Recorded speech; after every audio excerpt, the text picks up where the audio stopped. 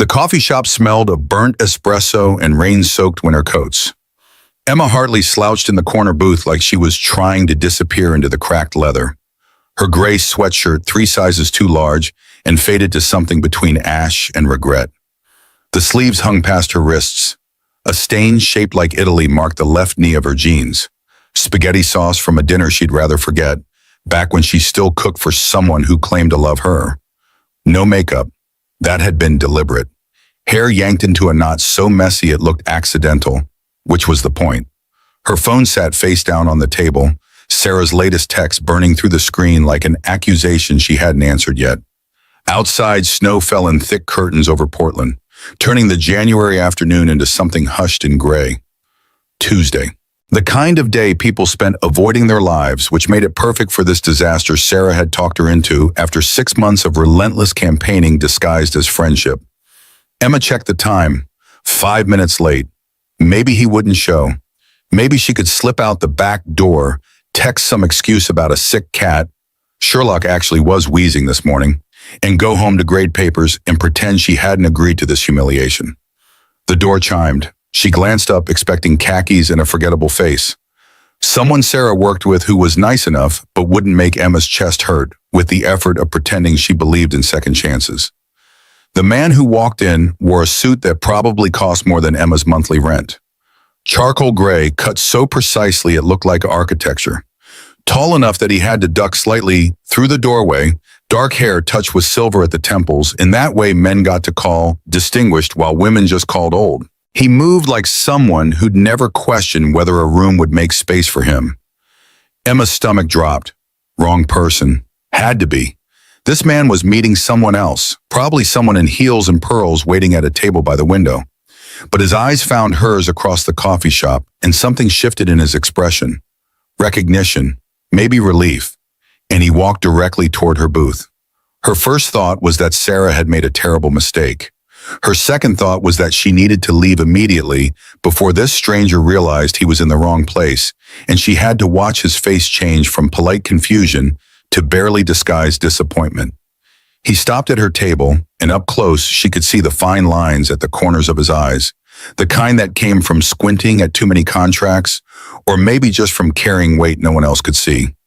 His voice came out warm, textured like good whiskey left too long in the glass. "Emma? I'm Daniel Harrison." Daniel. "Sarah said you'd be in the corner booth." Emma's mouth went dry. This couldn't be right.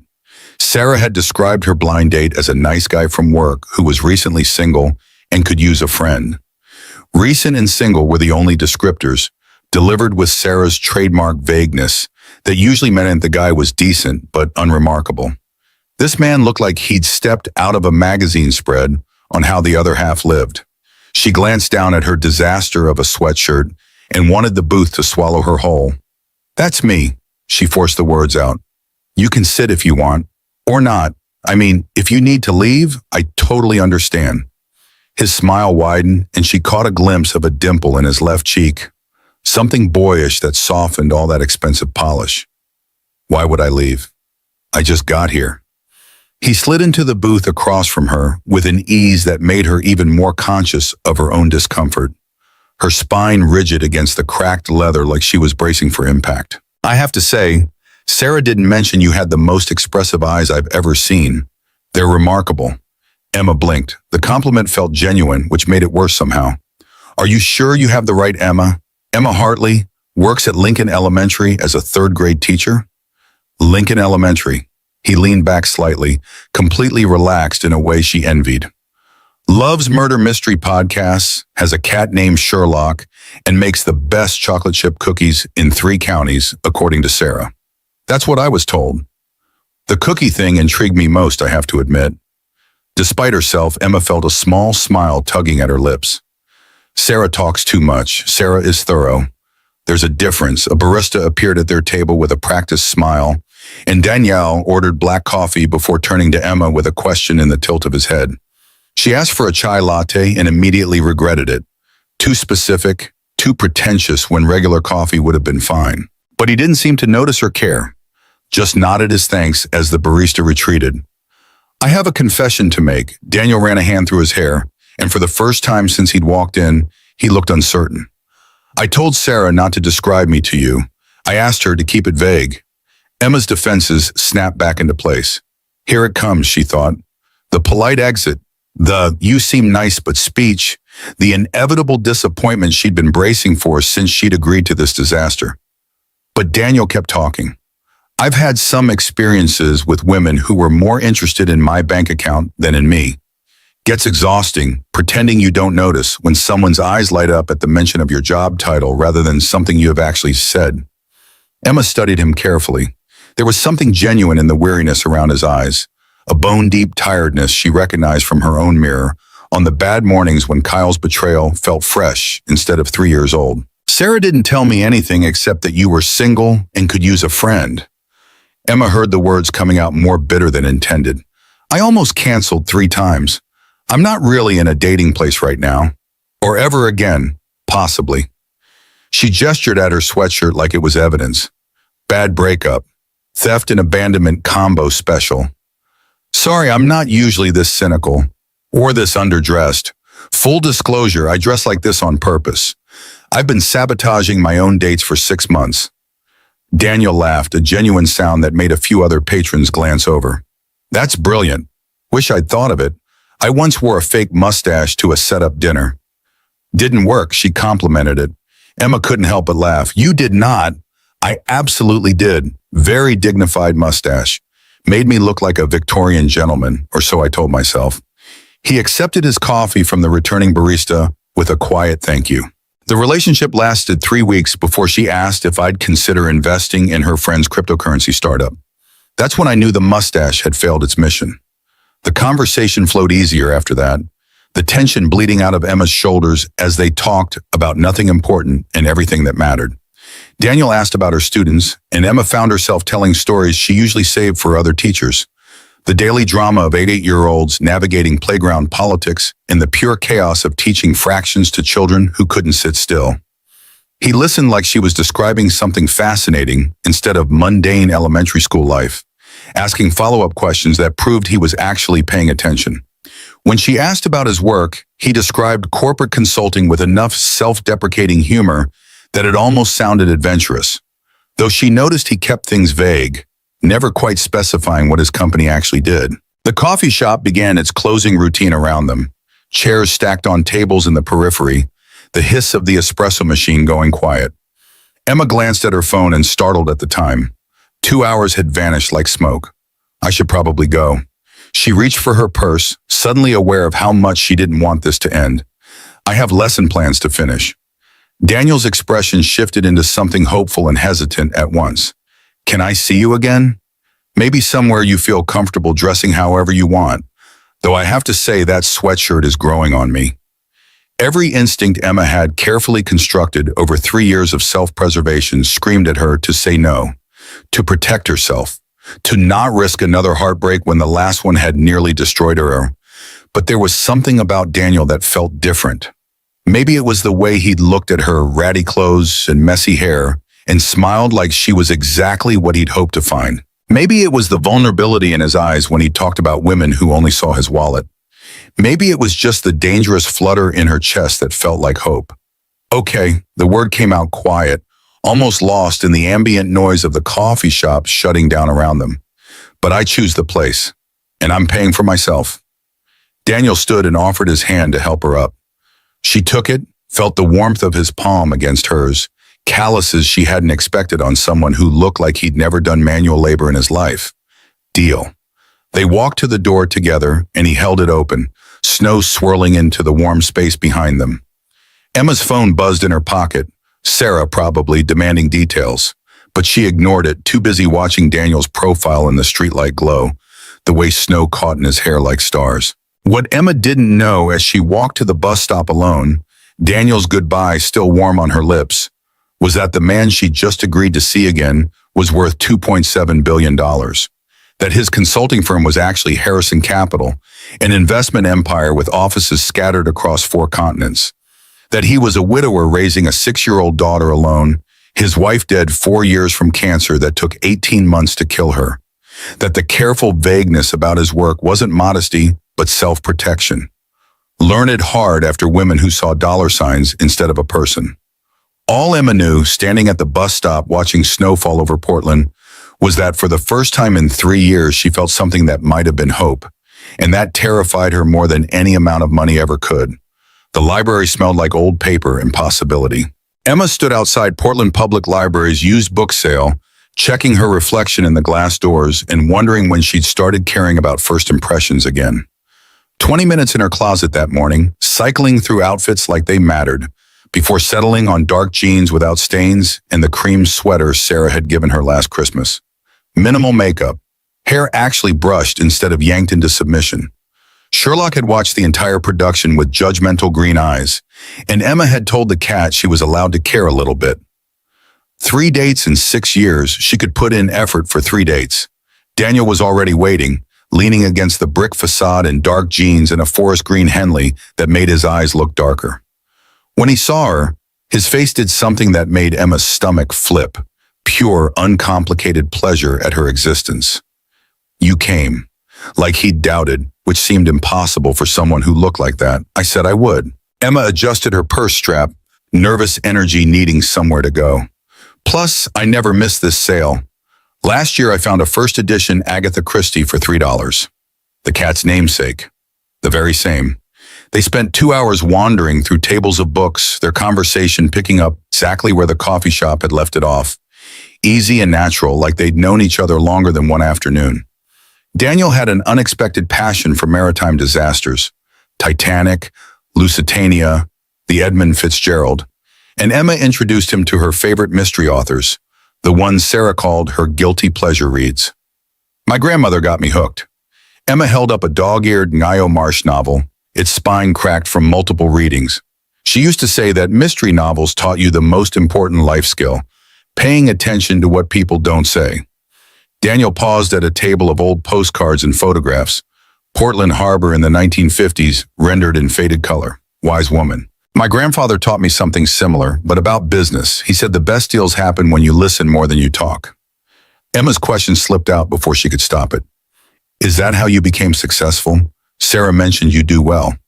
Something shifted in Daniel's expression, a guardedness sliding into place like a door closing. Sarah has a generous definition of doing well. But yes, I've been fortunate. He picked up the postcard, studied it with more attention than it deserved. My grandfather started with a small accounting office. Very humble beginnings. He taught me that money is just a tool. What matters is what you build with it and who you become in the process. There was careful neutrality in his tone that made Emma wonder what he wasn't saying, but she didn't push. She had her own secrets, her own carefully guarded wounds that she wasn't ready to expose to daylight. They left the library with small stacks of books each, and Daniel suggested lunch at a diner 2 blocks away. The kind of place with cracked vinyl booths and a menu that hadn't changed since Reagan's first term, and Emma loved it immediately. Over burgers and milkshakes, Daniel asked about her ex-fiancé.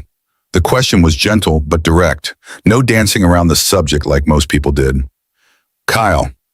Emma dragged a French fry through ketchup, didn't eat it. We were together 4 years, engaged for 6 months. I thought I knew him. The words tasted bitter even 3 years later. Turns out he'd been unemployed 8 months and didn't tell me. Took out credit cards in my name, emptied our joint savings account, left a note saying he needed to find himself. Found himself in Costa Rica with his yoga instructor, apparently. Emma finally ate the French fry. The worst part wasn't the money, though, that hurt. It was realizing I'd been so blind. I teach 8-year-olds to recognize patterns and solve problems, but I couldn't see what was happening in my own life. Made me question everything about my judgment. Daniel reached across the table, not quite touching her hand, but close enough that she could feel the warmth. You weren't blind. He was a skilled liar. There's a difference. Emma met his eyes. What about you? Sarah said you're recently single too. Daniel's jaw tightened and something hardened in his expression. Not exactly recent. My wife Rebecca died 4 years ago. Breast cancer. 18-month battle. Emma's chest constricted. Daniel, I'm so sorry. I had no idea. Sarah didn't tell you because I asked her not to. Daniel's voice went rough around the edges. I hate when people's first impression of me is widower. Like that defines me. He stared at his untouched milkshake.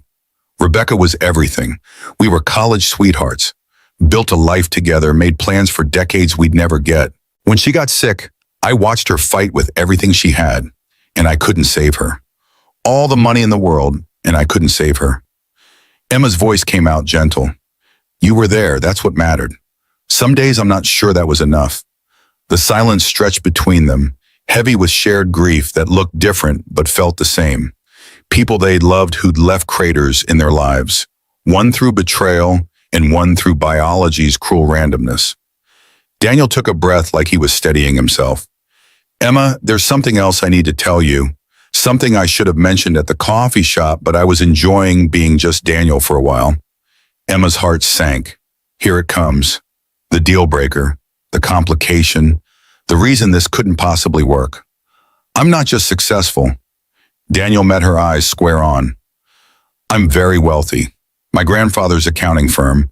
I grew it into Harrison Capital, investment firm. We have offices in New York, London, Singapore, Hong Kong. The firm manages about $40 billion in assets.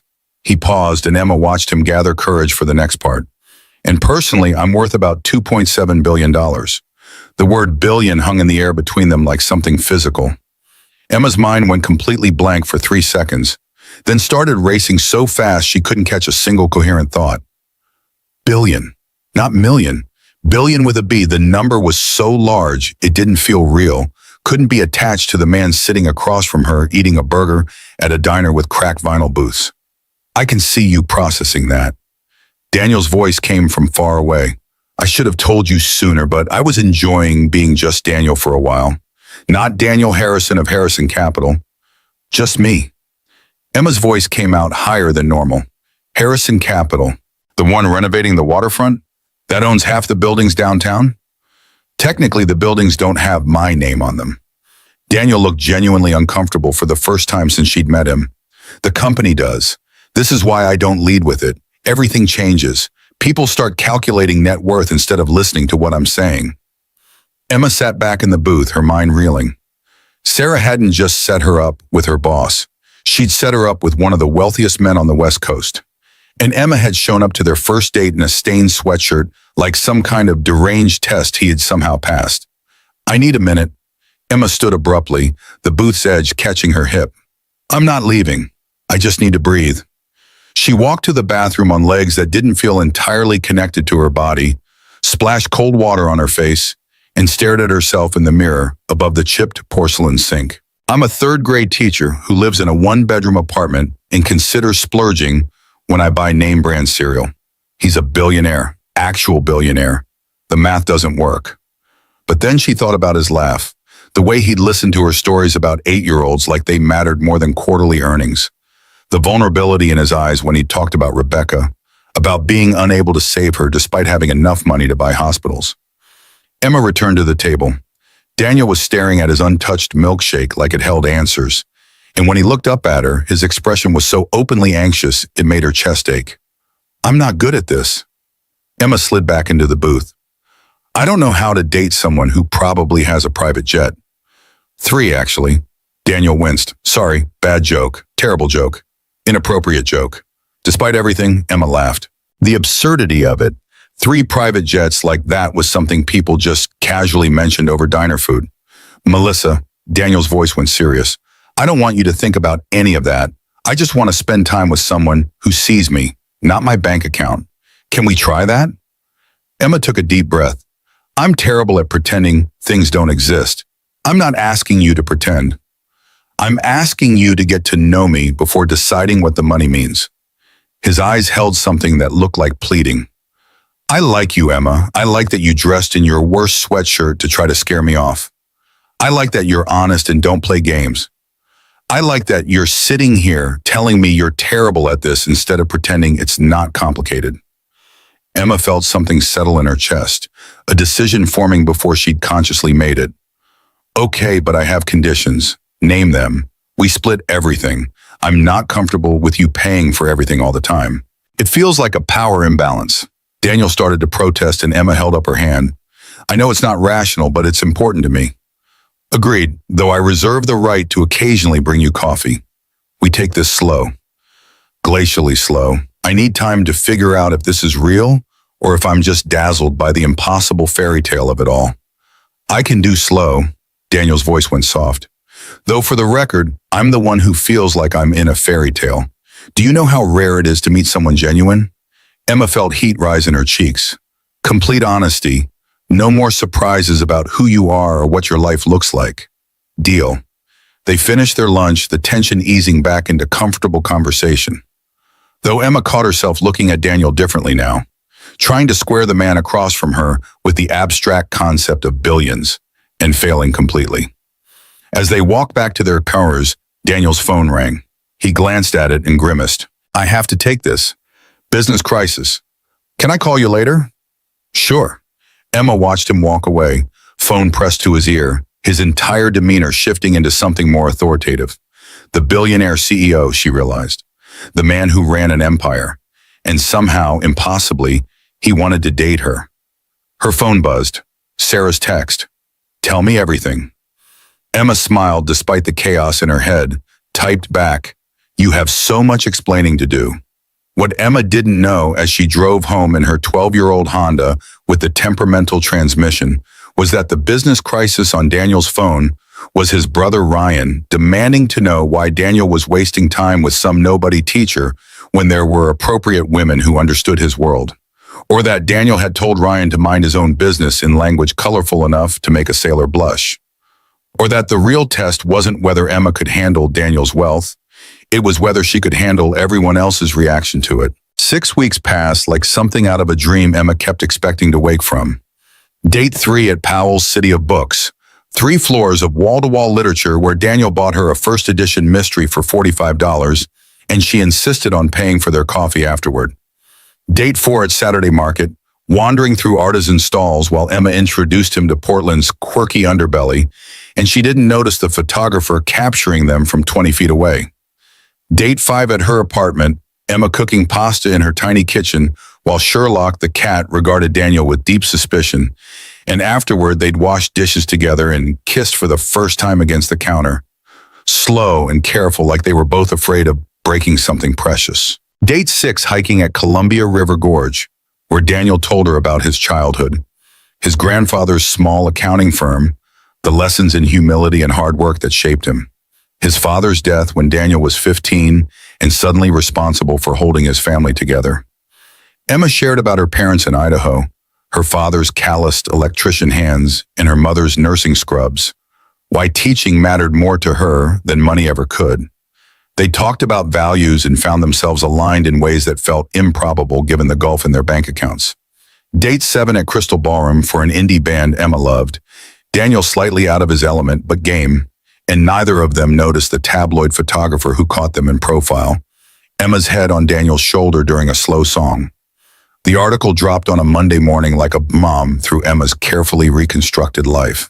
Her phone started buzzing at 6 a.m., texts piling up faster than she could read them. Sarah's came first. Don't look at social media. Just don't. Looked. The headline stared back from her cracked phone screen. Billionaire Daniel Harrison's new flame. Elementary school teacher or gold digger in disguise. The article was everything Emma had feared condensed into 800 words of speculation and insinuation. Photos of them together, Emma always dressed down, Daniel always polished, positioned like evidence of some grand scheme. Her apartment building with its peeling paint and broken security light, captioned modest living for now in a tone that made her skin crawl. Her engagement announcement to Kyle from 3 years ago, somehow dug up from newspaper archives and presented as proof of a pattern, targeting successful men. An anonymous source, and Emma's money was on someone in Daniel's inner circle, speculated about her motives, her character, whether she deliberately sought him out through Sarah. The comment section was worse, strangers dissecting her worth as a human being based on her tax bracket, and her decision to date someone whose tax bracket had more zeros than seemed reasonable. Emma's principal called her into the office before first period. The conversation was careful, loaded with unspoken concern about how this situation might affect the school's reputation. Parents were already asking questions during drop-off, and the principal needed to ensure this wouldn't become a distraction from Emma's professional responsibilities. Emma sat in the uncomfortable chair across from the principal's desk and felt her career, the one thing Kyle hadn't managed to destroy, trembling under the weight of public scrutiny she'd never asked for.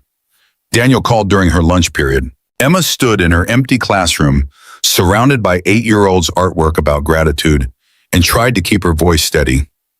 "Have you seen the articles?" "All of them." Daniel sounded exhausted in a way she hadn't heard before. "I'm so sorry, Em. I've had my PR team contact the major outlets, but these gossip sites don't care about truth. They care about clicks. A photographer followed me to Safeway this morning, Daniel." Emma's voice cracked despite her best efforts. "Parents are staring at me during drop-off. My principal is worried about the school's reputation. This is my workplace. I can't have this chaos in my life. I know, I'm trying to fix it." "How?"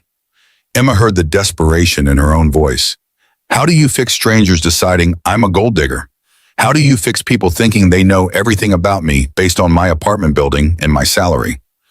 Daniel was quiet for a long moment. "Come to dinner at my family's house this weekend. Meet Ryan and my mother. Let them see you're real. Once they know you, support you, the narrative changes." Emma laughed, a bitter sound that tasted wrong. "What if they hate me? What if they agree with the tabloids? They won't." But Daniel's voice carried warning. "I need to tell you, Ryan can be difficult, protective. He's been suspicious of everyone I've dated since Rebecca died. And my mother has high standards. But Emma, if you show them who you really are, they'll see what I see." Emma stared out her classroom window at the playground where children were playing foursquare, their lives uncomplicated by wealth and public opinion and the weight of other people's judgment. "Okay, but Daniel, if your family hates me, I'm leaving and we're ordering pizza instead." "Deal." The relief in his voice was palpable. "Thank you for giving us a chance." After they hung up, Emma sat on her classroom floor surrounded by construction paper and glitter from the morning's art project, and tried to imagine a world where Daniel Harrison's mother looked at a third-grade teacher from Idaho and saw someone worthy of her billionaire son. The email arrived Friday night, 2 days before the dinner. Emma was grading papers on her couch, Sherlock purring in her lap, when her phone chimed with a notification from an address she didn't recognize. The photos loaded slowly, her ancient phone struggling with the file size. And when they finally appeared, Emma's breath caught in her throat. Daniel at charity galas and fundraisers, always with a different woman on his arm. Women in designer gowns that probably cost more than Emma's car, dripping in jewelry that caught the camera flash like small explosions. Their smiles practiced and perfect. The message was brief. These are the women who belong in his world. You're a placeholder. Leave before you embarrass yourself further. A friend. Emma stared at the photos until they blurred, her inadequacy rendered in high definition. She forwarded them to Daniel without commentary, too tired to pretend she wasn't spiraling. He called immediately. "That's not a friend." His voice was tight with anger. "That's someone who wants to hurt you." "Emma, those photos are from years ago. Networking events, fundraisers where I was obligated to attend with whoever the event planner paired me with. They mean nothing. But they're right, aren't they?" Emma heard her voice break. "Those women look like they belong at your side. Designer dresses and perfect makeup and the kind of confidence that comes from never having to check your bank account before buying groceries. I look like your charity case. You look like the woman I'm falling in love with." Daniel's voice went fierce. "Fuck everyone else's opinion. You think I care about designer dresses? You think I want someone who knows which fork to use at a 7-course dinner but can't hold a genuine conversation? Emma, I've dated those women. They're exhausting, every word calculated, every gesture performative. You're real. You dress in sweatshirts because you don't care about impressing anyone. You bring me to diners instead of Michelin-starred restaurants. You make me laugh and challenge my assumptions and treat me like a person instead of a bank account. That's who you are. Not what you look like in photos next to women I barely remember." Emma realized she was crying, hot tears tracking down her face while Sherlock kneaded her lap in feline concern. "I'm scared, Daniel. So am I. But I'd rather be scared together than safe alone. Come to dinner tomorrow. Let my family meet you. Then we'll figure out the rest." Emma agreed because she was too tired to do anything else. But after they hung up, she stared at the photos for another hour, memorizing every perfect dress and practiced smile, and wondered if love was always this much work or if she was just particularly bad at it. Harrison Estate sat in Portland's West Hills like a monument to old money, all stone and glass and manicured grounds that probably required a full-time staff to maintain. Emma sat in Daniel's car in the circular driveway and felt panic claw up her throat. "I can't do this." Lily's small voice came from the back seat, where Daniel's daughter sat in a booster seat Emma hadn't known would be there. "Emma, I'll hold your hand." Emma turned to look at the little girl, 6 years old with dark hair like Daniel's, and eyes that held too much understanding for someone still losing baby teeth. "Thank you, sweetheart." Daniel put the car in park and turned to face her. "Look at me. You can do hard things. You've done harder. You survived, Kyle. You paid off $25,000 of debt that wasn't your fault. You walked into my life knowing I'm a billionaire and stayed anyway. This is just dinner." The housekeeper, a warm-faced woman named Mrs. Chen, greeted them at the door and led them to a sitting room that was bigger than Emma's entire apartment. Soaring ceilings, artwork that probably belonged in museums, furniture that looked too expensive to actually use. Catherine Harrison appeared like she'd been waiting just off stage. Silver hair perfectly styled, elegant in that effortless way of women who'd never worried about money, her eyes cool and assessing as they swept over Emma from head to toe. "Daniel, Lily, and you must be Emma." Emma offered her hand, trying to ignore how badly it was shaking. "Mrs. Harrison, it's lovely to meet you." Catherine's handshake was brief, formal, and cold enough to leave frost.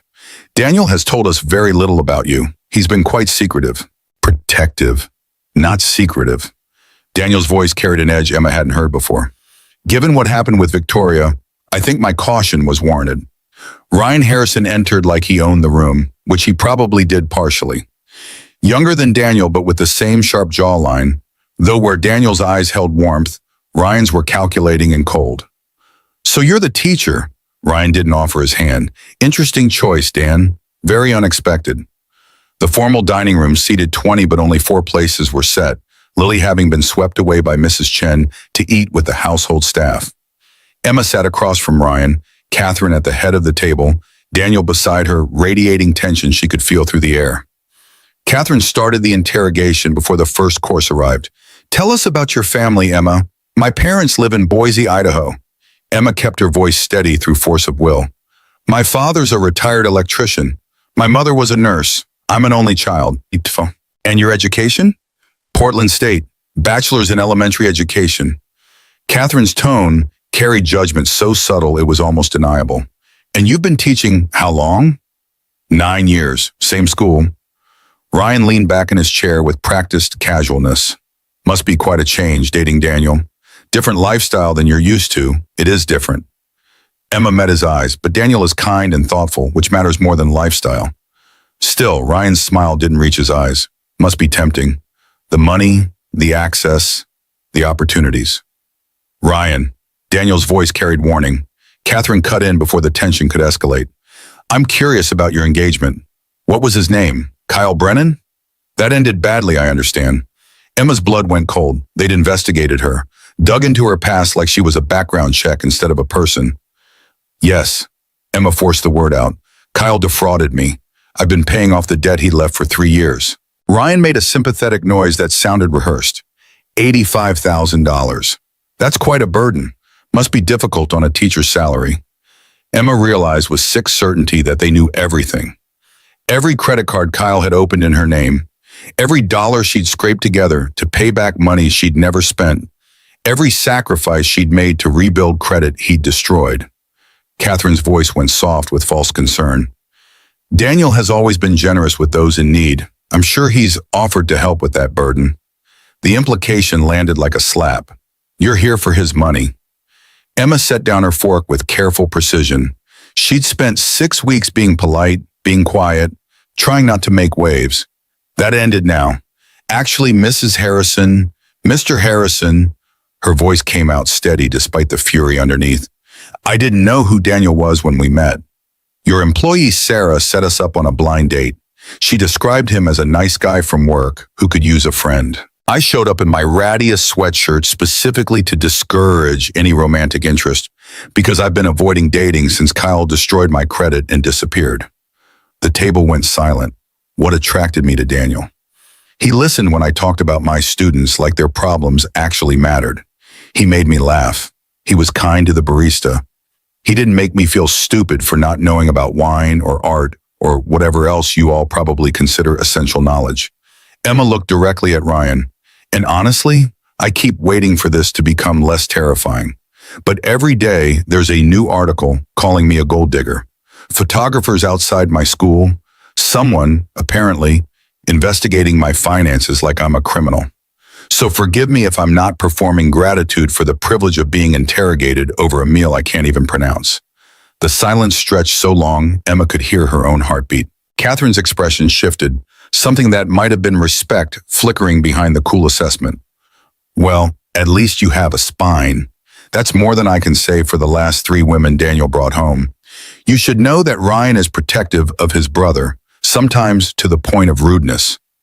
Catherine turned to Emma like they were suddenly allies. He means well, even if his execution is terrible. I don't mean well. Ryan's voice had gone flat. I mean to protect family assets. I don't want Daniel's money. Emma felt exhaustion settle into her bones. I don't want his houses or his cars or whatever else comes with this life. I just want him. But I'm starting to wonder if that's even possible when everyone around him sees me as a threat or a transaction. Daniel stood abruptly, his chair scraping against expensive hardwood. We're leaving. Daniel, Catherine started. No. Daniel's voice was ice. Emma came here as a favor to me, to try to make this easier. Instead, she's been treated like an interloper in her own relationship. When you're ready to treat her with the respect she deserves, we'll try this again. Until then, we're done. He helped Emma out of her chair with a gentleness that contrasted sharply with the fury in his voice. They left without another word. Daniel drove in silence for several minutes, his jaw so tight Emma could see the muscle jumping. She watched Portland lights blur past the window and tried to process what had just happened. Your brother hates me. My brother is an ass who thinks net worth determines human value. Daniel pulled over at a scenic overlook, the city spreading below them like scattered diamonds. He turned to face her, and Emma saw something raw and unguarded in his expression. I need to tell you something. I'm falling in love with you. Emma's breath caught. I know it's fast. I know it's complicated. Daniel's words came faster now, like a dam breaking. But sitting in that dining room, watching you stand up for yourself against my family, I realized I've never met anyone like you. You're not impressed by money or intimidated by it. You just see me. Emma felt tears start to track down her face. This is really hard, Daniel. I want to believe we can make this work, but you're scared, he finished for her. I am too. After Rebecca died, I swore I'd never risk my heart again. Built walls so high, I convinced myself they were protection instead of prison. Then you showed up in that ridiculous sweatshirt, and suddenly I wanted to try. What if your family never accepts me? Emma's voice broke. What if I'm always the teacher who doesn't belong? What if loving you means losing myself? Then we build our own family. Daniel reached across the console, took her hand in both of his. You, me, and Lily. Screw everyone else's opinions. Emma met his eyes in the dim light from the dashboard. I'm falling in love with you too. God help me, I do. But I'm terrified that loving you means becoming someone I'm not. I would never ask you to change. Daniel's voice went fierce. I love you exactly as you are. The woman who sabotages dates with stained sweatshirts. The woman who splits the check even though it embarrasses her pride. The woman who's brave enough to fight for what she wants, even when the whole world seems set against her. They kissed across the console, desperate and clumsy and real, and Emma tasted salt from her own tears. Her phone buzzed in her purse. She ignored it, but it buzzed again and again, insistent enough that she finally pulled it out. Unknown number, a text that made her blood run cold. You stood up to them. Impressive. But you should know, Ryan Harrison hired a PI to investigate you 3 weeks ago. He knows about Kyle, the debt, everything. Ask your boyfriend why he hasn't told you yet. Emma stared at the screen, showed it to Daniel without a word. She watched his face as he read it, watched understanding and then fury chase across his features. Emma, his voice was careful. I didn't know. I swear to God, I didn't know Ryan hired a PI, but he did. Emma heard how flat her voice sounded. Your brother investigated me like I was a criminal, and you never thought to mention it because I didn't know. Daniel's grip tightened on her hand. Ryan did this without telling me. When I find out, when? Emma pulled her hand away. So you did know. Eventually. I found out a week ago. Daniel's face twisted. Ryan told me after that second article dropped. I was furious. I told him to destroy the report and never do something like that again. A week ago. Emma felt something crack in her chest. You've known for a week that your brother investigated me, that he dug into my finances, in my past, in my relationship with Kyle, and you didn't tell me. I was trying to figure out how to bring it up without making things worse. Emma laughed, a bitter sound that tasted like ashes. Daniel, your family investigated me like I'm some kind of threat. They know every detail of the worst period of my life, and you kept that from me because you were trying to protect me? That's what Kyle did. He protected me from knowing he was unemployed. He protected me from knowing he was forging my signature. And then he destroyed my life. Emma, please. Daniel reached for her hand again. This isn't the same thing, isn't it? Emma pulled away. You decided what I was allowed to know about my own life. You made choices about what information I could handle. How is that different? The silence in the car felt suffocating. Emma opened the door, stepped out into the cold Portland night. Daniel followed. I can't do this. Emma wrapped her arms around herself, trying to hold the pieces together. I love you, but I can't live in a world where people investigate me to make sure I'm not a gold digger. Where your family sees me as a threat. Where even you keep secrets because you think I'm too fragile to handle the truth. Emma, don't do this. Daniel's voice cracked. Don't let Ryan's mistake destroy what we have. It's not just Ryan. Emma felt tears streaming down her face now, hot against her cold cheeks. It's your whole world, the judgment, the suspicion, the wealth that changes how everyone sees me. I don't belong in it, Daniel, and trying to belong is killing me. They stood on the overlook with Portland glittering below them, and Emma watched Daniel's face as he realized she was serious.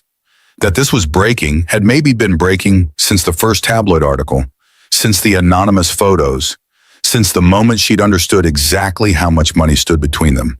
So that's it? Daniel's voice went hollow. You're just giving up? I'm trying to survive. Emma's voice was barely a whisper.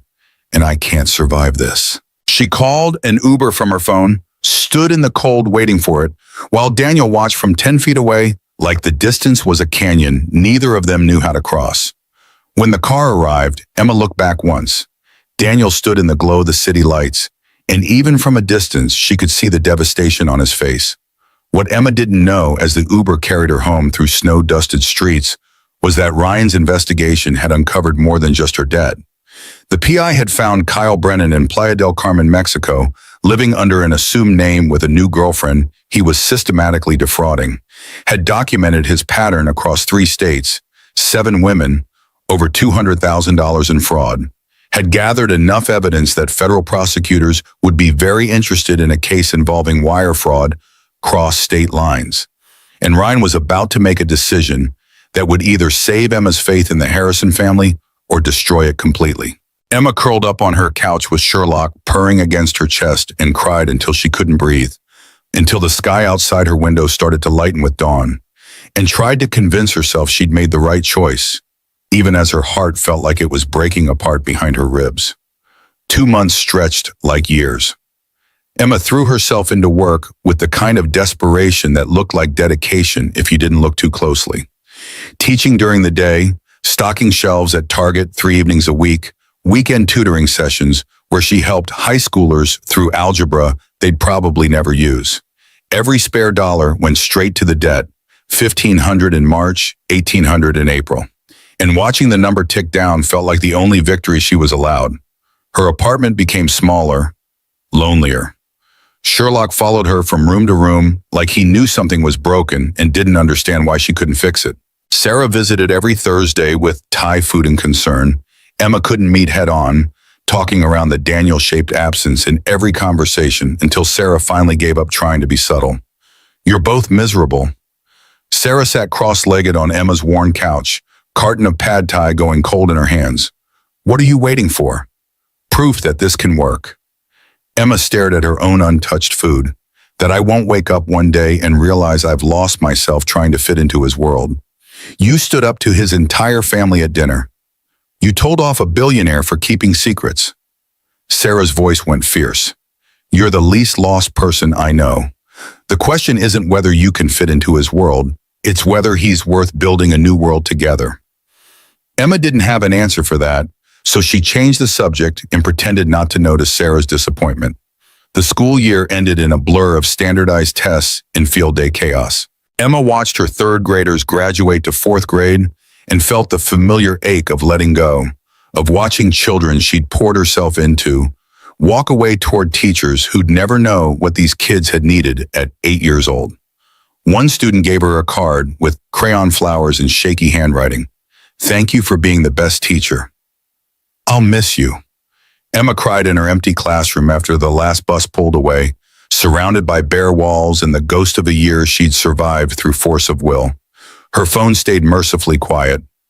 Daniel texted once every few days, simple messages that asked for nothing. Thinking of you. Hope you are well. Saw a bookstore cat today that reminded me of Sherlock. Emma read each one 3 times and never responded, her thumb hovering over the keyboard before she locked the screen and went back to whatever distraction she'd been using to avoid thinking about dark eyes and dimpled smiles. Daniel's life narrowed to 2 things, Lily and work. The work part was easy. He'd been using business to avoid feelings since Rebecca died, and the muscle memory of conference calls and acquisition strategies came back like breathing. 16-hour days, deals closed with a kind of ruthless efficiency his competitors had learned to fear. The Lily part destroyed him. His daughter asked for Emma every single day. During breakfast, can we call Ms. Reed? During the drive to summer camp, does Ms. Reed still like me? At bedtime, when she was supposed to be sleeping, Daddy, did I make Ms. Reed leave? No, sweetheart. Daniel sat on the edge of Lily's bed, her small hand clutched in his much larger one. Miss Reed didn't leave because of you. Grown-ups sometimes have complicated feelings. Did Uncle Ryan make her sad? Yes, Daniel couldn't lie to those eyes, Rebecca's eyes looking at him with too much understanding. Uncle Ryan made a big mistake. Can't you fix it? Lily's voice went small. You always fix things. Daniel had no answer that wouldn't break both their hearts. So he kissed her forehead and stayed until she fell asleep, her face still troubled, even in rest. He and Ryan didn't speak for 3 weeks, the longest silence in their lives, a gulf of anger and betrayal that widened every time Daniel saw Lily's red-rimmed eyes. Ryan tried once, a knock on Daniel's office door, an attempt at conversation that died when Daniel told him to get out in a voice so cold Ryan actually flinched. Catherine flew in from California without warning, appearing at Daniel's penthouse on a Tuesday morning like an avenging angel in Chanel. You look terrible. She swept past him into the living room, taking in the dishes in the sink and Lily's toys scattered across the floor. Where's Mrs. Chen? Day off. Daniel closed the door. What are you doing here? Your brother called me. Catherine settled onto the couch with the kind of authority that came from raising 2 boys alone after her husband died. He's worried about you. Ryan can fuck off. Language. Catherine's voice cracked like a whip, though I don't disagree with the sentiment. She studied him with eyes that missed nothing. You're in love with her. The teacher. Emma, yes, and you let your brother's paranoia drive her away. Daniel felt anger flare hot and immediate. I didn't let Ryan do anything. He investigated her without my knowledge. But you kept it secret once you knew. Catherine's voice went gentle, which was somehow worse than her anger. You chose protection over honesty, just like you did after Rebecca died, when you built walls so high even your own daughter couldn't always reach you. The truth of it landed like a physical blow. Daniel sat down hard in the nearest chair. So what do I do? His voice came out broken. She won't answer my calls, won't respond to texts. I've lost her. You fight for her. Catherine leaned forward. You prove that loving you doesn't mean losing herself. You show her you can be a true partner, not a savior with the checkbook. And you start by fixing what Ryan broke. How? Catherine pulled out her phone, scrolled, handed it to him. That's Emma's schedule.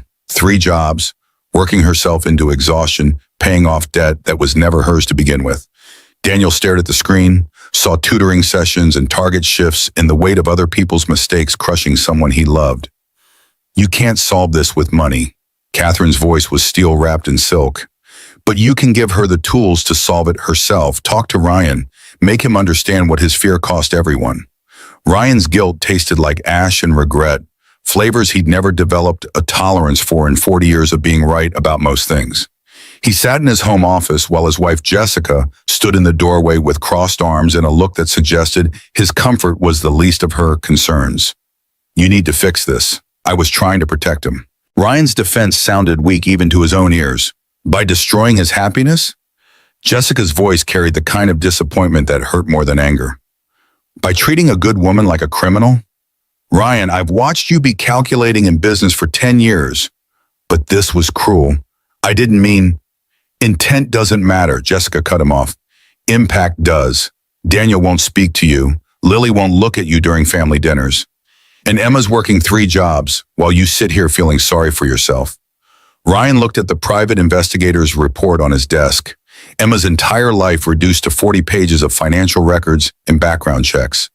The debt Kyle had left her, the 3 years of payments, the second and third jobs just to stay afloat. The other victims the PI had found, women in Seattle and Sacramento and Denver, a pattern of fraud that made Ryan's stomach turn. He'd been wrong, completely, catastrophically wrong, and he had no idea how to fix it. Jessica came further into the room, sat on the edge of his desk. You have connections in federal law enforcement. Make them useful. Ryan met his wife's eyes. What are you suggesting? I'm suggesting you stop trying to protect Daniel from getting hurt and start helping Emma get justice. She deserves that much. The idea took root slowly, terrifying in its simplicity. Ryan opened his laptop and started making calls. Emma was leaving Lincoln Elementary after a particularly brutal tutoring session, a high school junior who'd rather scroll Instagram than learn derivatives, when she saw the Mercedes parked in the teacher's lot. Ryan Harrison leaned against it in a suit that probably cost more than her monthly salary, and every instinct Emma had screamed to keep walking. She stopped 3 feet away. What are you doing here? I owe you an apology. Ryan straightened but didn't move closer. A real one, not the corporate kind where I'm sorry becomes, I apologize if you were offended. Emma crossed her arms, exhaustion making her too tired for politeness. I'm listening. I hired the investigator because I was trying to protect my brother.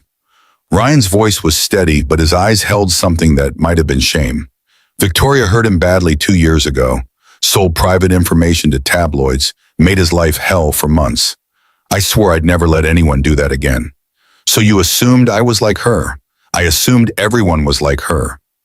Ryan pulled out his phone, handed it to her. That's the report I commissioned. Everything the investigator found.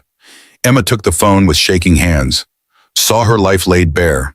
Bank statements, credit reports, court filings from the Kyle situation, even copies of her tax returns. 40 pages of her privacy violated and packaged for Ryan's consumption. You had no right. Her voice came out flat. I didn't. You're correct. I violated your privacy because I'm paranoid and overprotective and couldn't see past my own fear to recognize that Daniel loves you and you genuinely care about him. Emma handed back the phone.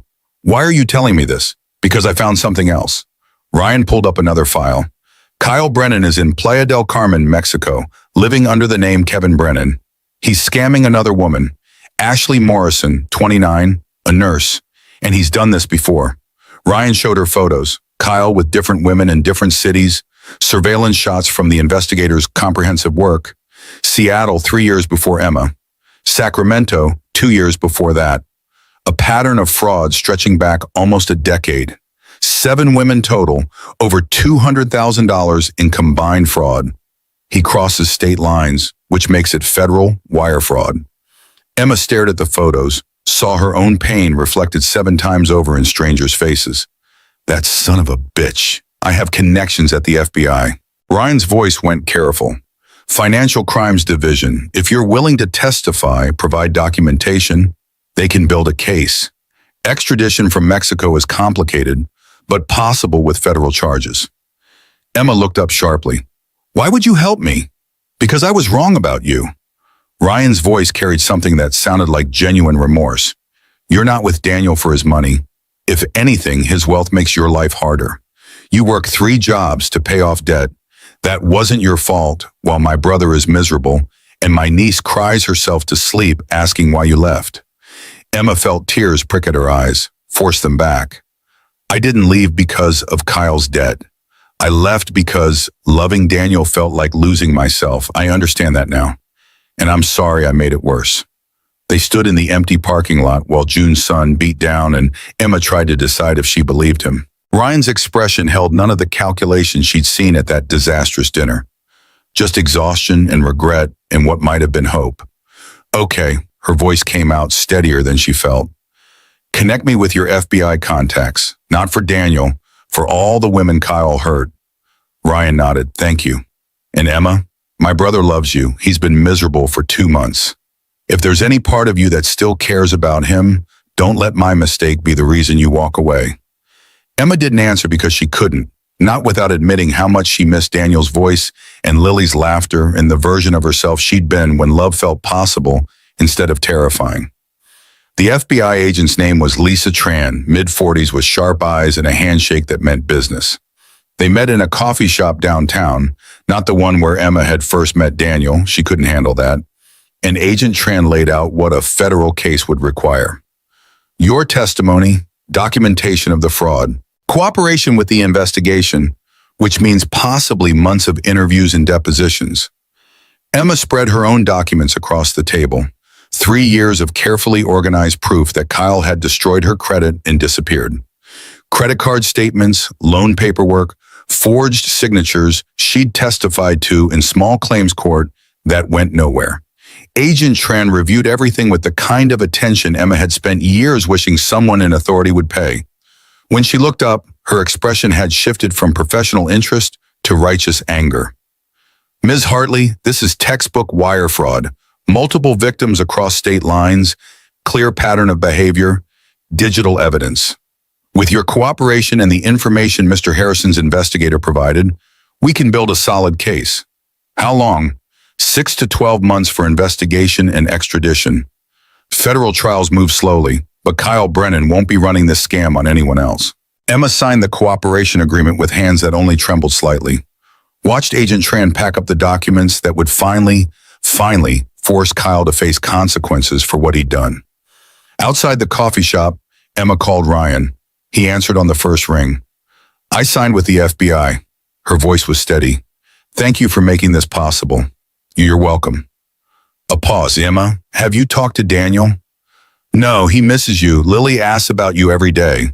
Emma closed her eyes against the ache in her chest. I miss them too. But missing someone isn't enough to fix what's broken. What would be enough? Time, trust, proof that loving him doesn't mean erasing myself. Give him a chance to prove that. Ryan's voice went soft. My brother isn't perfect, but he loves you enough to let you find your own way. That's worth something. Emma ended the call and stood on the sidewalk watching Portland move around her. People with destinations and certainty. Lives that made sense in ways hers didn't anymore. Her phone buzzed. Daniel's name on the screen, a text that made her breath catch. Heard from Ryan, you're working with FBI on Kyle case. I'm proud of you. No expectations. Just wanted you to know. Emma stared at the message until her vision blurred. Typed and deleted 3 responses before settling on the simplest truth. Thank you. 3 weeks later, sitting in her apartment at 2 a.m. because sleep wouldn't come, Emma's phone rang. Daniel's name lit up the screen and her finger hit accept before her brain caught up. Emma, just her name, and she heard everything in it, relief and longing and the kind of careful hope that came from being hurt too many times. Hi, her voice came out smaller than intended. I know it's late. I saw your light on from the street. His words came faster. I wasn't stalking you. I was just driving, and I looked up and saw your window and thought, maybe you were awake and might want to talk. You were outside my apartment at 2 a.m.? Pathetic, I know. A rusty laugh. But I miss you, Emma. Lily misses you, and I needed to hear your voice even if you hung up immediately.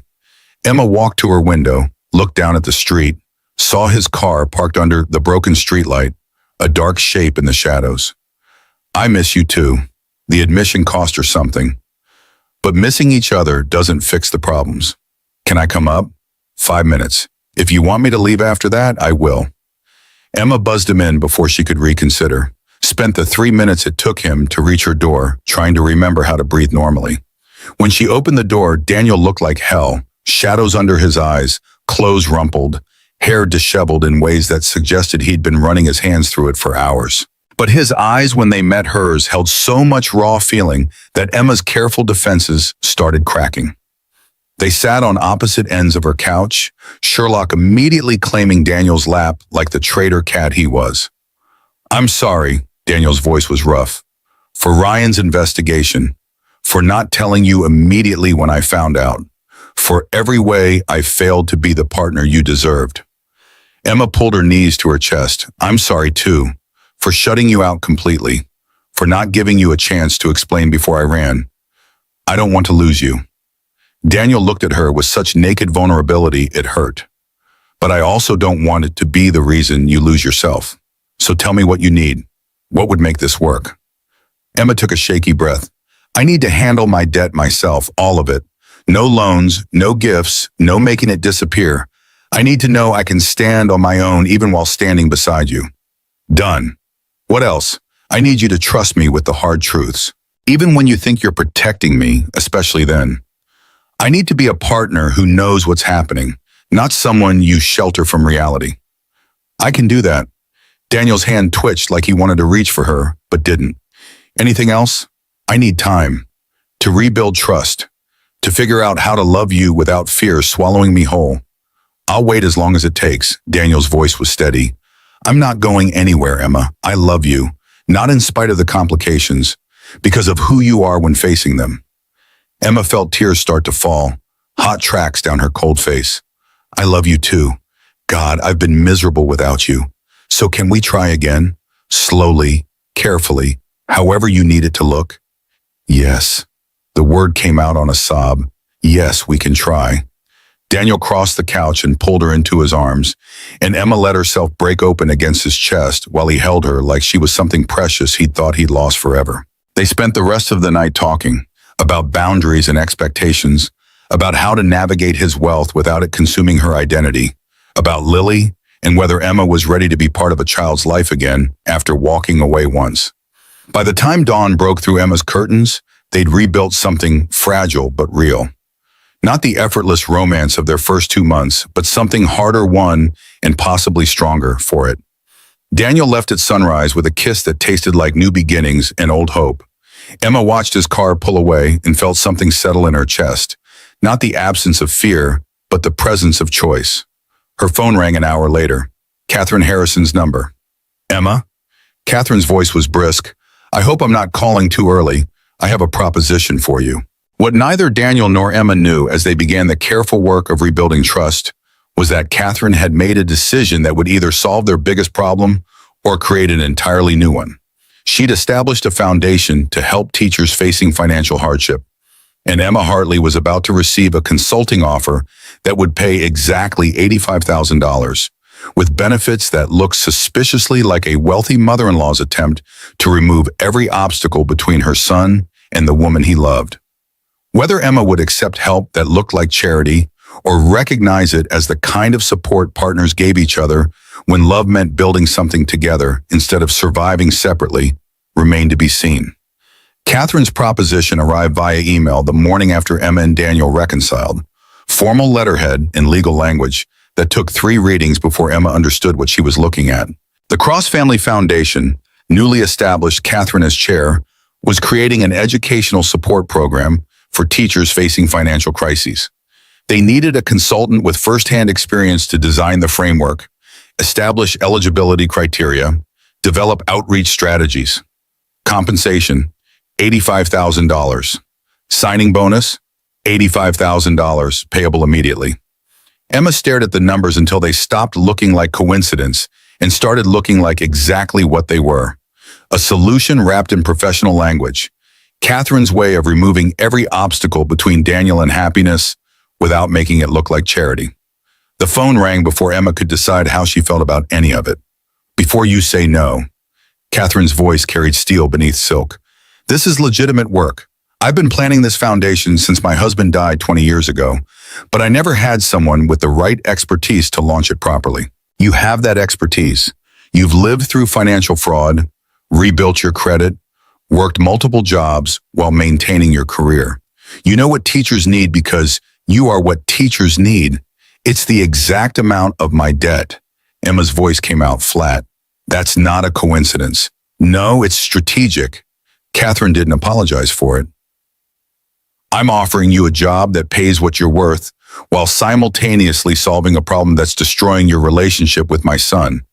If you want to view that as manipulation, that's your choice. But Emma, sometimes accepting help isn't weakness. It's recognizing that life is easier when we stop trying to prove we can survive alone. Emma walked to her window, watched Portland wake up under summer sun that felt too bright for the weight she carried. I need to think about it. Take all the time you need. But know this, I'm not offering because you're dating Daniel. I'm offering because you're the right person for this work. What you do with the compensation is your business entirely. After Catherine hung up, Emma sat on her floor with Sherlock purring against her legs and tried to untangle pride from principle. She'd spent 3 years proving she could pay back every dollar Kyle stole. 3 years of Target shifts and weekend tutoring and choosing between groceries and gas money. 3 years building a wall of self-sufficiency so high that asking for help felt like admitting defeat. But this wasn't asking. This was being offered meaningful work at fair compensation by someone who happened to be her boyfriend's mother and happened to have chosen a salary that matched Emma's debt down to the dollar. She called Daniel. He answered on the second ring. Your mother offered me a job. I know. A pause. She called me after she emailed you. Wanted to make sure I understood this was her decision, not mine. That I wasn't to influence you either way. $85,000, Daniel. Emma heard her voice crack. The exact amount. She's not subtle. Something that might have been a smile in his tone. But Emma, she's not wrong either. You'd be perfect for this work. You've spent 3 years living what this foundation is trying to address. And if the salary happens to solve your debt problem, it feels like cheating. Like taking a shortcut after I've come so far on my own. You've paid off over $25,000 in 3 years, Daniel's voice went fierce, on a teacher's salary while working 2 additional jobs. You've more than proven you can do this alone. But why should you have to? Why is suffering noble when partnership is available? Because accepting help from your family feels like proving everyone right. That I'm with you for access to money and opportunities I couldn't get on my own. Anyone who knows you knows that's bullshit. Daniel's language sharpened with frustration. Emma, you dress down on purpose. You insist on splitting checks. You work yourself to exhaustion rather than accept a loan. You're the least mercenary person I've ever met. Taking a legitimate consulting position doesn't change that. Emma closed her eyes. What if I'm not good enough? What if I take this job and fail and prove I was only hired because I'm dating you? Then you fail and we figure out what's next. But Emma, you don't get to use fear of failure as an excuse to keep punishing yourself for Kyle's crimes. The truth of it landed hard. Emma had been punishing herself. 3 years of penance for being stupid enough to trust someone who'd betrayed her. 3 years of proving she could survive the consequences of someone else's choices. Maybe it was time to stop surviving and start living. Okay, the word came out steadier than Emma felt. I'll take the job. But I'm using the signing bonus to pay off the debt completely. Every dollar. And if the work isn't up to standard, I want honest feedback. Deal. Relief flooded Daniel's voice. When do you start? Emma pulled up the contract again. August 1st. I have the rest of summer to finish my Target shifts and tutoring commitments. You're giving notice at Target? I'm giving notice at everything except teaching. Just teaching and the foundation work. Normal hours. Normal life. The concept felt foreign.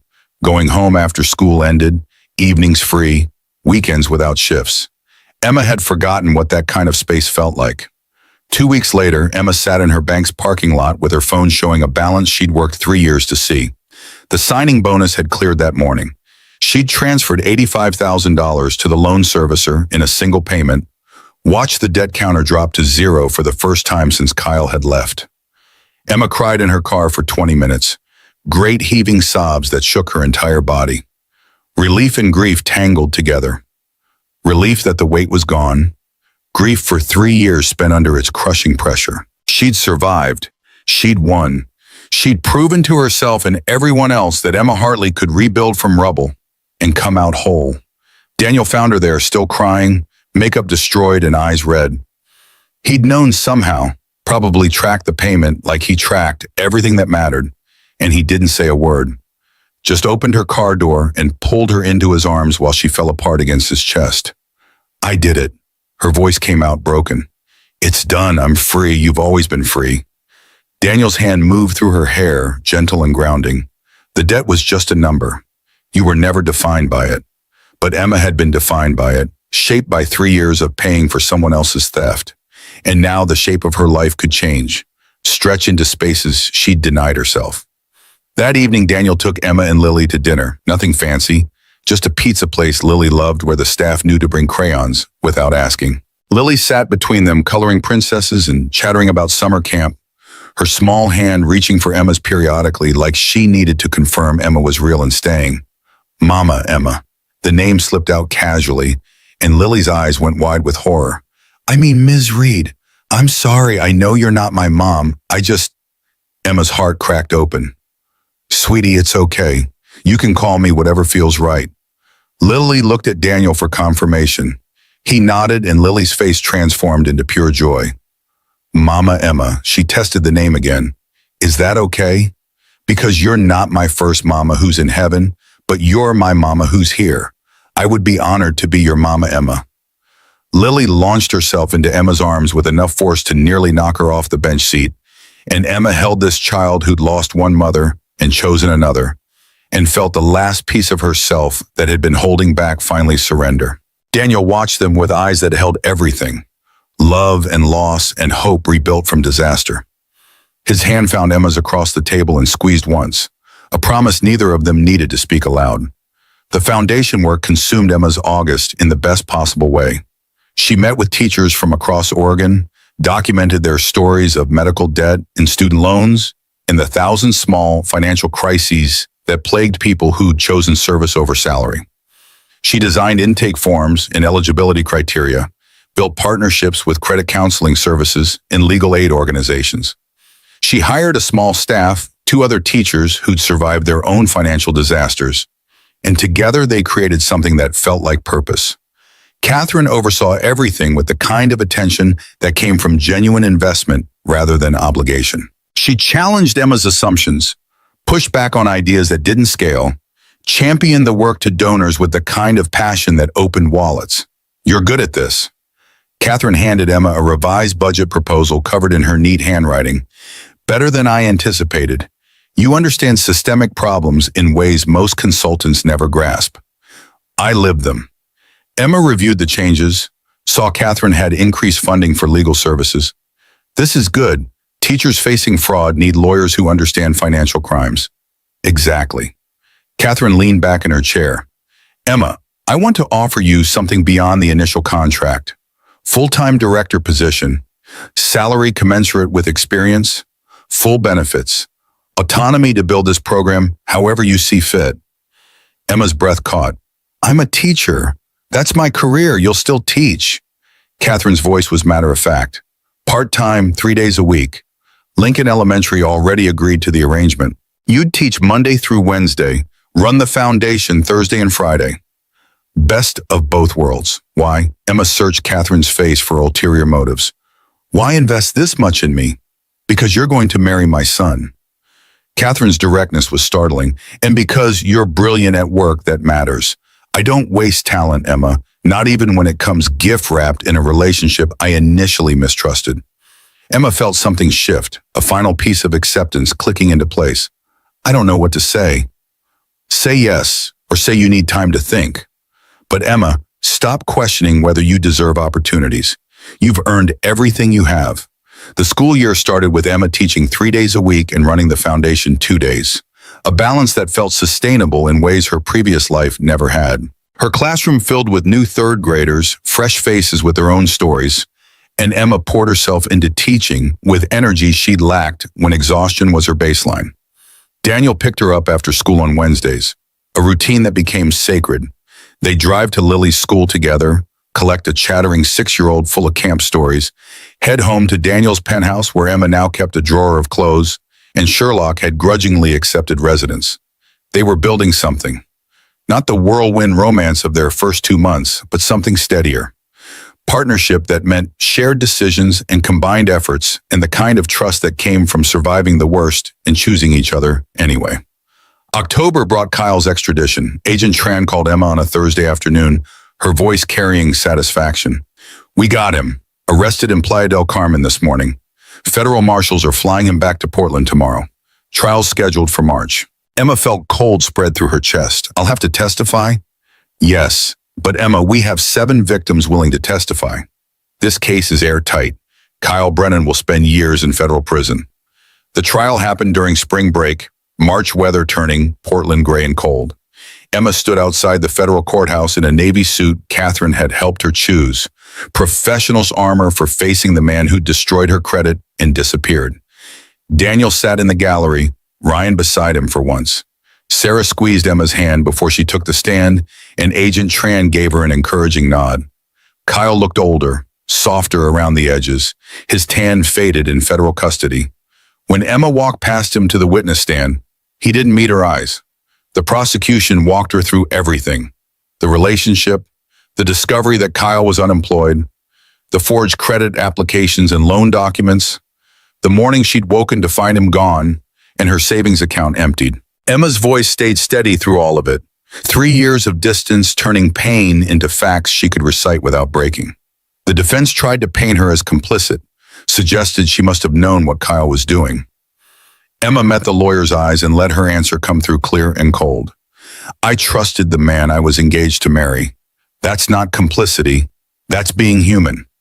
6 other women testified over 3 days. Seattle, Sacramento, Denver, Phoenix, 2 from California. A pattern so clear even Kyle's expensive lawyer couldn't obscure it. The jury deliberated for 4 hours. Guilty on all counts. Kyle got 8 years federal prison. Emma watched the marshals lead him away in handcuffs and felt nothing but relief that this chapter was finally, completely closed. Outside the courthouse, Daniel pulled her into his arms while press photographers captured them together. No hiding now, no pretending their relationship was anything but solid and real. "It's over." Emma's voice came out steady. "He can't hurt anyone else. You were incredible in there." Daniel pulled back enough to look at her. "Brave and honest, and everything I love about you."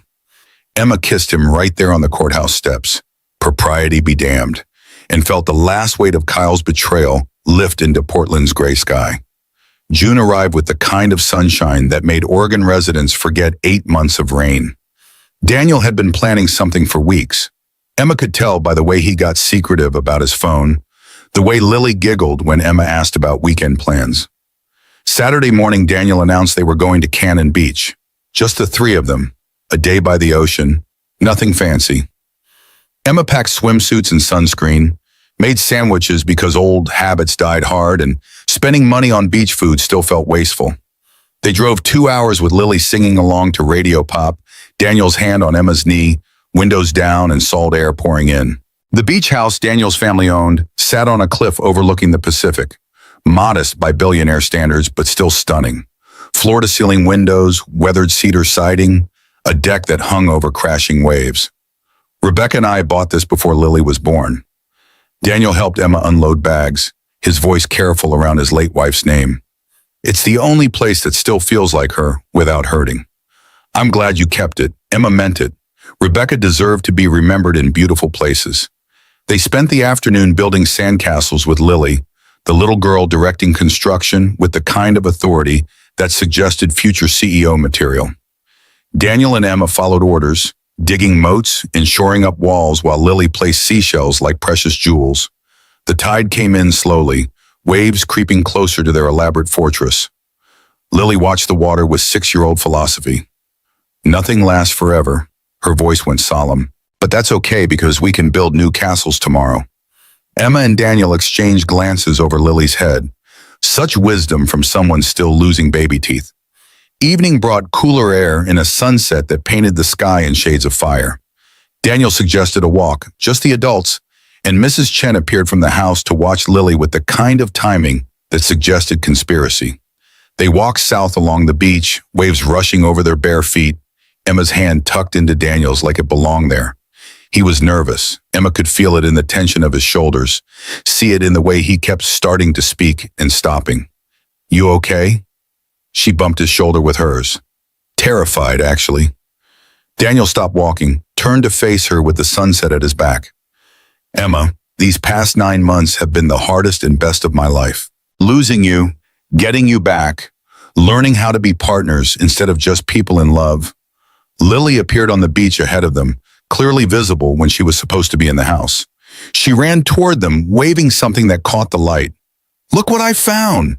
Lily skidded to a stop, holding out a small box covered in damp sand. Daniel shot his daughter a look that was half exasperation, half amusement. "You were supposed to wait for my signal. You were taking too long." Lily handed the box to Emma with utmost seriousness. "This is for you, from Daddy, and from me too because I helped pick it." Emma's hands shook as she opened the box. Inside, nestled in white silk, sat a sapphire ring surrounded by small diamonds. Her favorite color. Elegant without being ostentatious. Perfect in ways that made her eyes sting with tears. Daniel dropped to one knee in the wet sand, Lily standing beside him with clasped hands like she was praying. Emma Hartley. 2 years ago, you walked into my life and changed everything. You taught Lily about resilience and me about vulnerability. You stood up to my family, survived tabloid scrutiny, rebuilt yourself after betrayal, and somehow still found room in your heart for a widower with a complicated daughter and more money than sense. Lily giggled at that, and Daniel smiled before continuing. "I've been in love before. I know what it looks like, feels like, costs. I know love doesn't solve problems, it creates new ones. But Emma, you make every problem worth solving. You make me want to be better, softer, more present. You make Lily laugh in ways she hasn't since Rebecca died. You make our house feel like home instead of just the place where we sleep." Lily tugged on Daniel's sleeve. "Tell her the best part." "Right." Daniel's voice thickened with emotion. "Lily and I have been a team of 2 for a long time, but we'd like to be a team of 3, officially, permanently, with paperwork and witnesses and promises that last forever. Will you marry me? Not because I can give you financial security. You've proven you don't need that. Not because I have resources that might make your life easier, but because I love you exactly as you are, and I want to build a life together where we choose each other every single day." Lily added her own plea. "Please say yes, Mama Emma. I already told my friends at camp you're going to be my real mama." Emma was crying openly now, tears streaming down her face while sunset painted everything gold. "Yes." The word came out choked. "Yes, absolutely yes." Daniel slid the ring onto her finger, perfect fit, like he'd measured somehow, and stood to kiss her while Lily cheered and jumped in the surf. Emma tasted salt from the ocean and her own tears and Daniel's smile, and thought that happiness had never felt quite so much like coming home. That night, after Lily fell asleep, Daniel and Emma sat on the deck, watching moonlight on waves. Emma twisted the ring on her finger, still not quite believing it was real. 1-year engagement, her voice was firm. "I want time to plan properly, to let this feel real, to not rush into something we might regret." 6 months, Daniel countered. "I've waited long enough, and you know this is right." 8 months, Emma leaned against him. "December wedding, Christmas lights in winter beauty. Deal." Daniel kissed the top of her head. "Small ceremony, just family and close friends, under 100 people." Emma already had opinions. Nothing ostentatious, nothing that feels like we're showing off. "You're going to be a beautiful bride." They sat in comfortable silence, the kind that came from knowing each other's rhythms and trusting the quiet between words. Emma thought about the coffee shop where they'd met, her ratty sweatshirt and defensive attitude, the way Daniel had looked at her like she was exactly what he'd been hoping to find. She thought about the months of tabloid speculation and family interrogation, Ryan's investigation and her own stubborn pride. She thought about crying in her car the day the debt zeroed out, testimony at Kyle's trial, Lily's small hand reaching for hers across pizza shop tables. All of it had led here, to a ring on her finger and a man who loved her mess and a child who'd chosen her as family. Emma had spent 3 years proving she could survive alone. Now she got to spend the rest of her life proving that surviving together was better. The wedding happened on a Saturday in mid-December, Portland dressed in holiday lights and the first real cold snap of winter. Emma had wanted small and intimate. They'd compromised on 80 guests in a private room at an art museum. Walls hung with impressionist paintings and windows overlooking the city. Sarah stood as maid of honor, wiping tears through the entire ceremony. Ryan gave Daniel away with a speech about being wrong and learning to recognize grace when it appeared in ratty sweatshirts. Catherine sat in the front row beside Emma's parents, her expression softer than Emma had ever seen it. Lily served as flower girl and ring bearer both. Taking her duties so seriously, she whispered the entire processional to avoid messing up. Her white dress came from Catherine, and she'd insisted on wearing sneakers underneath because heels were for grown-ups who made bad choices. Emma walked down the aisle alone. Her father had offered, but this felt right, walking toward Daniel under her own power instead of being given away like property. Her dress was simple ivory silk, no veil, hair loose with small white flowers tucked behind her ear. She'd refused the designer gowns Catherine suggested, found this one at a boutique in Southeast Portland for $1,200. Still more than she'd ever spent on clothing, but hers and chosen and perfect. Daniel waited at the end of the short aisle in a classic black suit, and when he saw Emma, his entire face transformed into something that made her stumble slightly because nobody had ever looked at her like that. Like she was grace incarnate, like she was everything, like watching her walk toward him was the single most important moment of his life. They'd written their own vows. Emma went first, her voice shaking but clear. Daniel, when we met, I was sabotaging my own happiness because I'd forgotten how to trust. You saw through the defensive walls and ratty sweatshirts to the person underneath. Someone who wanted to be loved but was terrified of the cost. You taught me that love doesn't have to mean losing yourself. That partnership means building something together instead of surviving separately. That accepting help isn't weakness when it comes from someone who respects your strength. She glanced at Lily, who was watching with rapt attention. Lily, I promise to love you like you're my own, to show up for school plays and help with homework, and always be honest even when the truth is hard. You're the daughter of my heart, and I'm honored you chose me. Back to Daniel, whose eyes were wet. Daniel, I promise to be your partner, not your responsibility. To challenge you when you need it and support you always. To remember that the best things in life can't be bought. They can only be built, one choice at a time, one day after another. I love you both more than words can hold. Daniel's vows came through steady despite the emotion behind them. Emma, you appeared in my life when I'd given up on feeling anything but grief and obligation. I was going through motions, work, parenting, existing. You taught me to live again.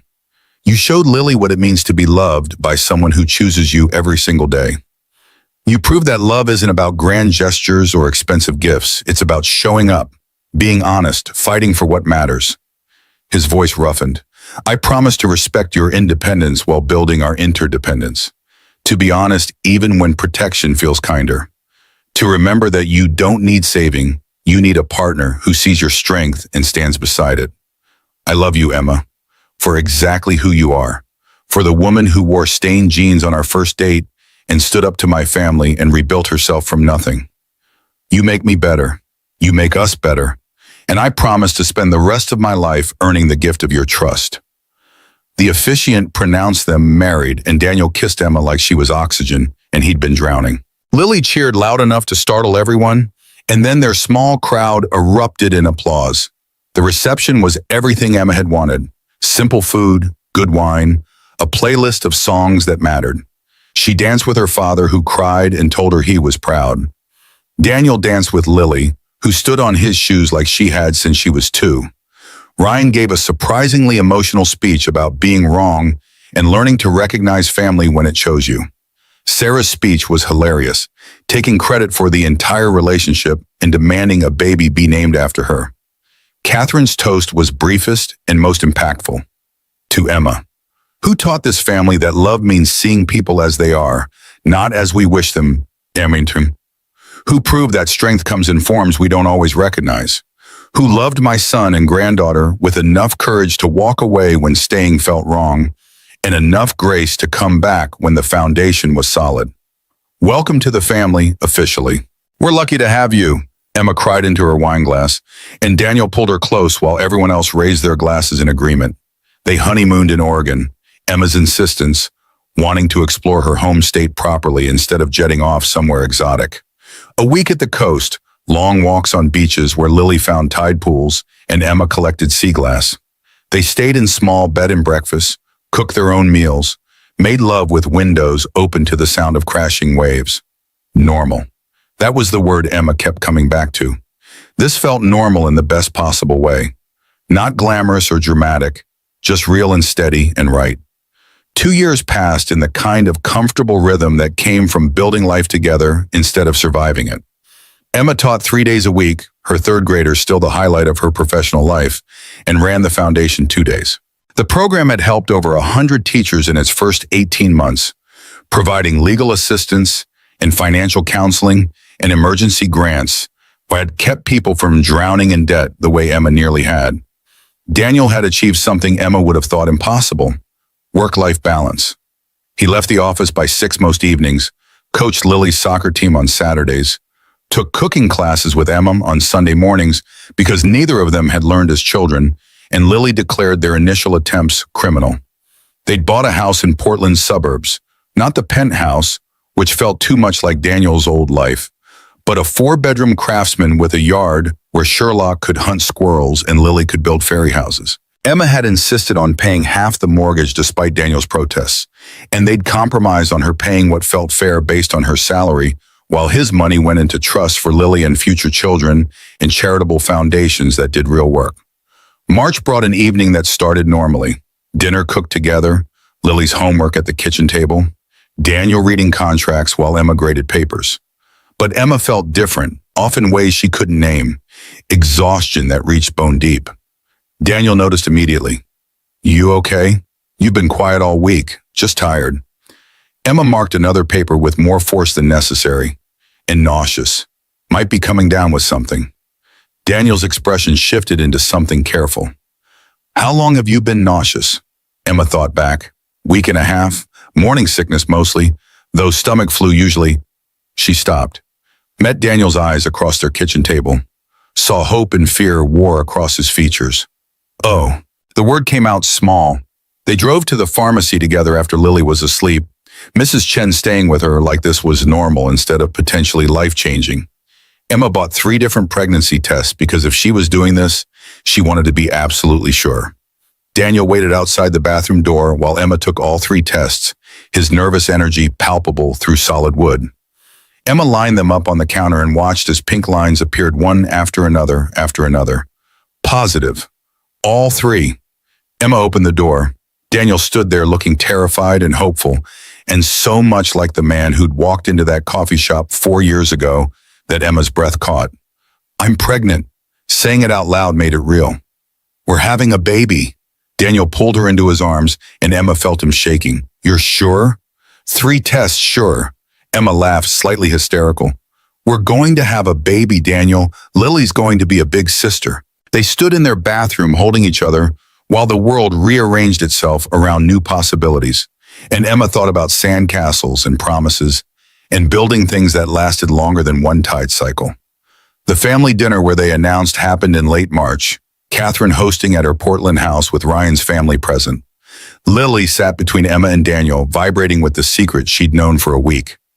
Catherine served dessert, chocolate cake from a bakery Lily loved, and Daniel cleared his throat for attention. "Emma and I have news." His hand found hers under the table, squeezed once. "We're pregnant. Baby's due in November." Catherine's face transformed into pure joy. Lily couldn't contain herself anymore, shouting, "I'm going to be a big sister," to anyone who'd listen. Ryan hugged Emma with genuine affection, whispered congratulations in her ear, along with an apology that felt 4 years overdue. Ryan's daughter, now 10, squealed about having a baby cousin to play with. Catherine cried elegant tears and immediately started planning a shower. Emma would have to tactfully scale back. That night, lying in bed with Daniel's hand on her still flat stomach, Emma thought about how far they'd come, from a coffee shop blind date to a family expanding in ways that felt miraculous. From defensive walls and ratty sweatshirts to vows and rings and babies who'd never know a time when their parents weren't choosing each other every day. Snow began falling outside their window. First snow of spring, unexpected and beautiful.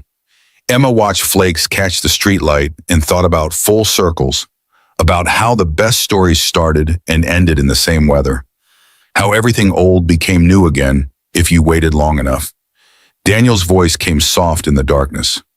"What are you thinking about?" "Everything." Emma turned to face him. "That coffee shop, your fake mustache story, Lily's birthday party where I met your family and thought they'd hate me, the night I left and thought we were over, Kyle's trial, the day the debt zeroed out, this ring, that beach proposal. All of it led here. No regrets, not a single one." Emma meant it. Every hard part was worth this. They fell asleep tangled together while snow fell steadier outside, covering Portland in white. And Emma dreamed of sandcastles that somehow survived the tide, of love that looked like partnership instead of rescue, of building life together one choice at a time. The final scene came on a Tuesday in December, 3 years after that first coffee shop meeting. Emma stood at Lincoln Elementary after a particularly long parent-teacher conference, watching snow fall in the parking lot while she waited for Daniel to pick her up. A young teacher pulled in with a broken-down car, steam rising from the hood, visible distress on her face. Emma walked over to offer help, thinking about how Daniel had rescued her from a snowstorm years ago and how that single act of kindness had changed everything. Behind her, headlights cut through the snow, Daniel arriving right on time, Lily in the back seat already waving. Emma waved back, then turned to the stranded teacher. "Let me give you a ride. Need to call someone about your car?" The teacher's relief was palpable, and as Emma helped her into Daniel's car, Lily chattering in the back seat about her day, Daniel patient and kind to the stranger, Emma thought about cycles and circles and how sometimes the best thing you could do was pay forward the grace you'd received. Later, at home with Lily asleep and her hand on her growing belly, Emma watched snow fall over their Portland neighborhood and thought about everything she'd learned, about how the best things in life really couldn't be bought. They could only be built one choice at a time, one risk after another, one day of choosing love over fear. "They say every snowflake is different," Emma whispered it to the child growing inside her, to the husband sleeping beside her, to the daughter down the hall who'd chosen her as family. Every person, too. And sometimes the most broken ones create the most beautiful patterns when they finally melt together. She'd been broken when she met Daniel. He'd been broken too. But together they'd made something beautiful. Not because money solved their problems, not because love was easy, but because they'd chosen partnership over pride, connection over self-protection, building something real over protecting themselves from potential hurt. And now, watching snow fall on the city where their story began, Emma realized the greatest gift wasn't wealth or security or even love itself. It was the courage to accept all three when they arrived wearing ratty sweatshirts and carrying complicated daughters and more baggage than seemed survivable. Some things really did last longer than one tide cycle. You just had to be brave enough to keep building, even when the waves kept coming.